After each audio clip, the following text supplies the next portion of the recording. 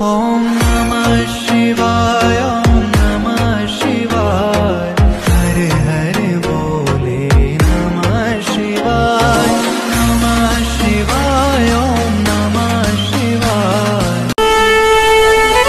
देखिए जी के नेत्र खुले कब? जब ऋषियों ने आकर स्तुति करना प्रारंभ करी। देखिए शिव गण ना होते, अगर शंकर भगवान के गण नहीं होते तो हम भी जहरीले होते। हमने केवल शंकर जी के गणों में हमने यही देखा कि शंकर जी के गण ऐसे हैं, कोई नंगा है, कोई नग्न वेशधारी है, कोई कपड़े नहीं पहना, कोई का सिर ऐसा था, कोई का मुंडा ऐसा था, कोई के नेत्र ऐसे थे, कोई ऐसा था, कोई वैसा था। हमने जितनी बार भी कथाओं में सुना, हमने यही सुना कि शिव जी के गण ऐसे थे, शंकर के गण वैसे थे, शंकर के गण फाड़ देते थे, नोच देते थे, काट देते थे। पर हमने ये विचार नहीं करा कि शंकर के गण जो शिव जी के साथ रह रहे हैं वो कितने धर्मात्मा, परोपकारी, कितने सत्कर्मी, कितने भजनावली थे।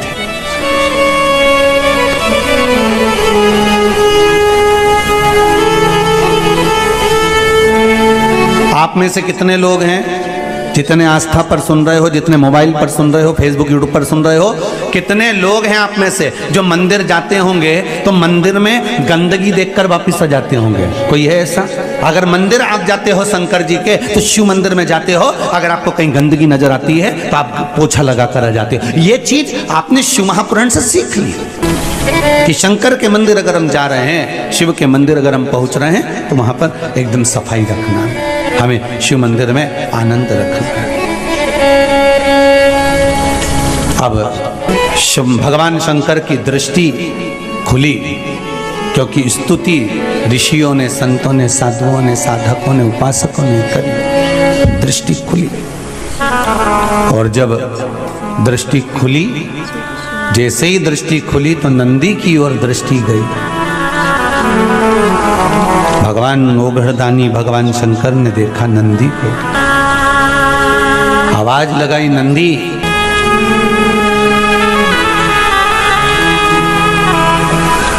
नंदी, ओ नंदी, आवाज लगाई, नंदी हिला नहीं। विष प्रबल था जिसको भगवान शंकर ने पिया था, प्रबल विष। नंदी फिर आवाज लगाई पर नंदी हिला नहीं। थोड़ी देर बाद देवाधिदेव महादेव जिन्होंने कंठ पर को रखा था वो उठकर खड़े हुए। सारे ऋषि, साधु, सन्यासी, तपस्वी, साधक, उपासक, संत, महात्मा सारे की सारे स्तुति गा रहे हैं। शंकर भगवान ने सबसे पहले नेत्र खोले तो उन साधु, संत, सन्यासी, तपस्वी, साधक, उपासक स्तुति गाने वाले पर नहीं गई भगवान की दृष्टि। अगर भगवान की दृष्टि गई तो नंदी पर गई। क्यों? शिव महापुराण की कथा कहती है ढोंग करने वाले और भजन करने वाले भगवान अच्छे से पहचानते हैं कि ये क्या कर रहा है। 2 घंटे तक माला लेके बैठ गए, कौन फूल लेकर आया है और कौन दिल लेकर आया है भगवान को मालूम है। बिल्कुल नहीं बताया जाता भगवान को। भगवान को ये ज्ञात है कि कौन मेरे लिए आया है और कौन स्वयं के लिए आया है। एक बात जरूर कहूंगा, कुलदीप सेन चिंतामन गणेश उज्जैन से आया, कहीं बैठे होंगे आप ही?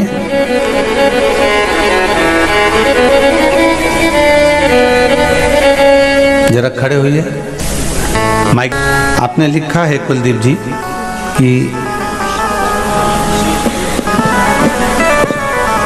शादी के लिए 3 वर्ष से घर के लोग परेशान थे, आपने लिखा है। हाँ लिखा था वो।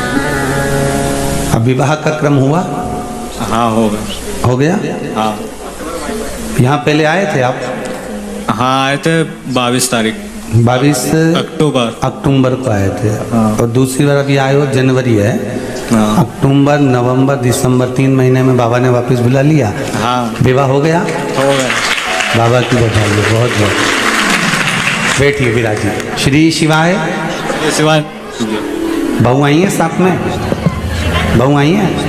अच्छा दोनों आए हैं। श्री शिवाय, नमस्ते। बहुत बहुत धन्यवाद, बधाई। बाबा की कृपा है। शिव उपासना में इतना विश्वास जरूर है मेरा, ये शिव महापुराण के प्रति समझ लो, चाहे मेरे ओघड़ दानी के प्रति समझ लो, मेरे शंकर के प्रति समझ लो, कि 2 साल से आप लगातार आस्था चैनल पर शिव महापुराण की कथा सुन रहे हो, और अगर मंदिरों में आप जरा रही है सोमवार की सोमवार, तो ये दिखावे की नहीं है, ये शंकर के गणों की भीड़ है, ये शिव भक्तों की भीड़ है। और दिल से विश्वास रखकर एक पत्र और बड़ा सुंदर आया है महाराज, देखिए।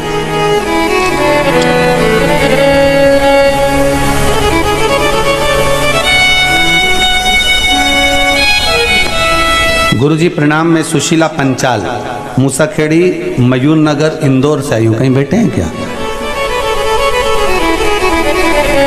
उन्होंने पत्र लिखा है, मेरे पति की नौकरी चली गई थी गुरुदेव। इस पत्र में लिखा हुआ है, सोमवार की अष्टमी का 31 चावल के दाने, 31 बेलपत्र, 31 मूंग के दाने आपने चढ़ाने का उपाय बताया था। इस पत्र में लिखा है गुरुदेव, वो अष्टमी सोमवार की अभी गई है जिस पर मैंने ये किया था, और जिस समय नंदीश्वर पर मैं मूंग के दाने चढ़ा रही थी, तभी मेरे पति की नौकरी के लिए ऑर्डर आ गया और मेरे पति की नौकरी लग गई। ये पत्र में लिखा है। बहुत बहुत बधाई हो, ओघड़दानी की कृपा है इसमें, आप दिल से करो तो।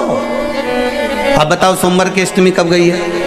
अभी गई ना, अभी करे। अब आप लोगों ने उसको अनुष्ठान करा होगा और बाबा से विनय ही करी होगी।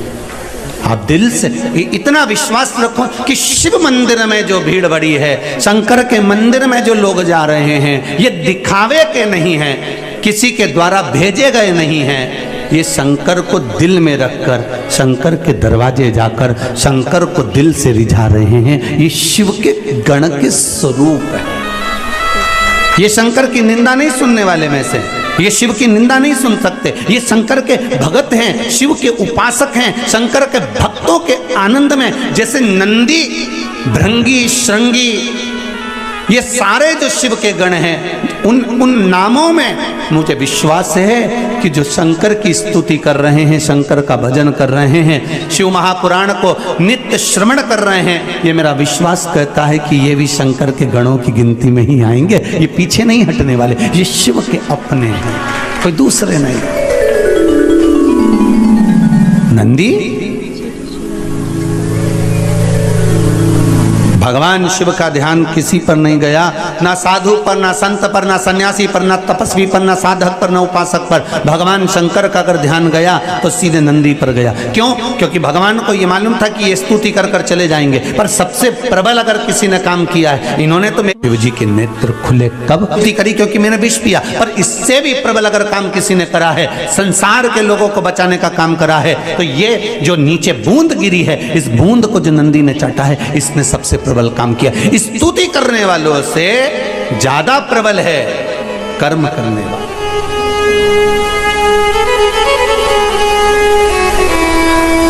अरे भाई, स्तुति करने वालों का तो क्या है, जिसके गले में माला आती है लोग स्तुति उसी की करने लगते हैं।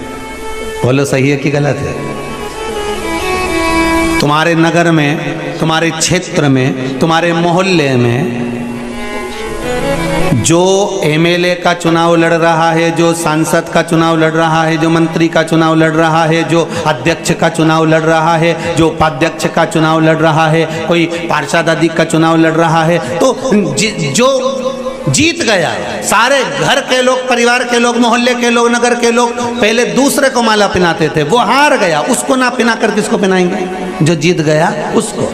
और उसके बाद भी अगर कोई दूसरा जीतता है तो लोग उसको पहनाएंगे, उसके बाद भी कोई दूसरा जीतता है तो लोग उसको पहनाएंगे, फिर उसकी स्तुति करेंगे, उसका गुणगान करेंगे, उसका भजन करेंगे कि उसने ऐसा कर दिया।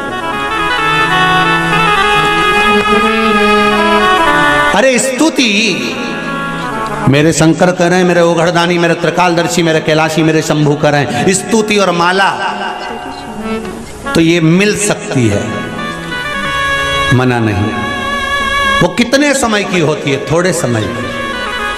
पर गुणगान भगवान का जो कर्म करा है नंदी ने वो कहने के लायक नहीं, हृदय से लगाने के लायक है। और भगवान मेरा ओघड़दानी, मेरा त्रिकालदर्शी, मेरा कैलाशी, मेरा शिव उठा, और मेरा शंकर, मेरा ओघड़दानी, मेरा शंभु, मेरा त्रिकालदर्शी, मेरा कैलाशी। और एक निवेदन आपसे करें, जैसे हम कहते हैं ना कि मेरा शंकर, ऐसा आपको भी दिल से कहना चाहिए, जम के बोलो मेरा शंकर। एक ही तो है जिसको अपन मेरा कह सकते हैं, बाकी के तो सब मतलब के यार हमने देख लिया। झूठ नाते झूठे रिश्ते, अरे झूठा है संसार हमने देख लिया। ये हम एक ही को तो अपना कह सकते हैं। किसी किसी को इसमें भी लगता है कि गुरुजी मेरा शंकर क्यों कहते हैं, उनका है क्या? तो तुम छाती ठोक के कहो कि मेरा है, तुम भी कहो।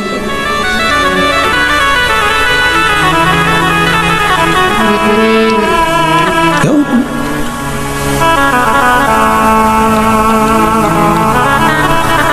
और हम तो कहें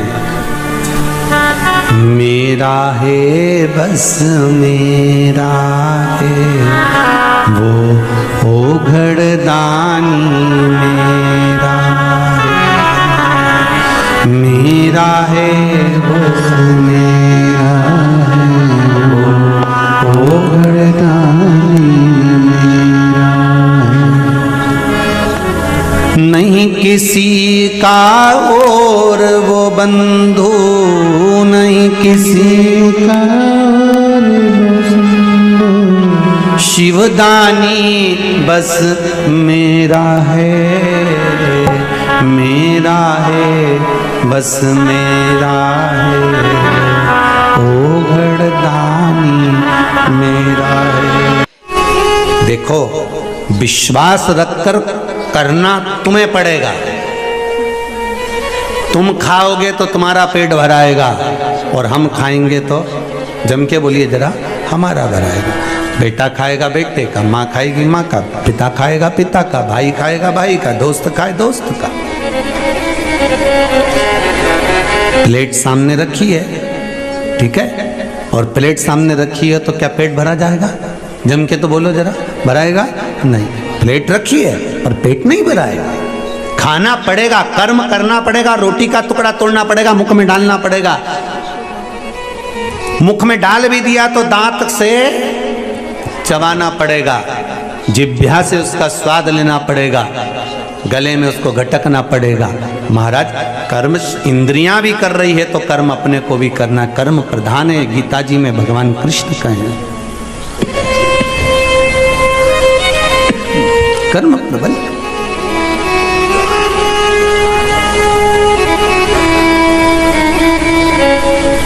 और कर्म की प्रबलता, कर सेवा तू लगन लगा के, मन में सच्चा भाव जगा। कर्म प्रबल करो। भगवान शिव गए नंदी के पास में, और नंदी के गले में बैया देकर शंकर भगवान ने कहा नंदी के कानों में, उठो नंदी उठो।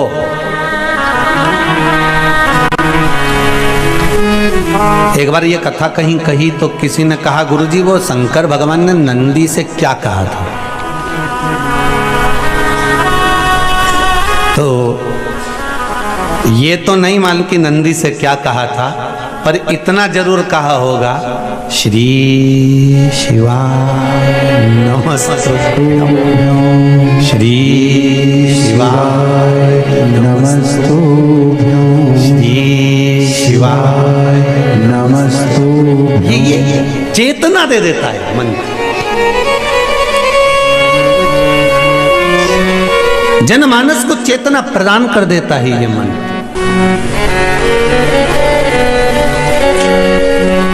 नंदी उठा, शिव जी को देखा आज भोलेनाथ जी मेरी पीठ पे बैठने की जगह मेरे गले से लगे हुए हैं।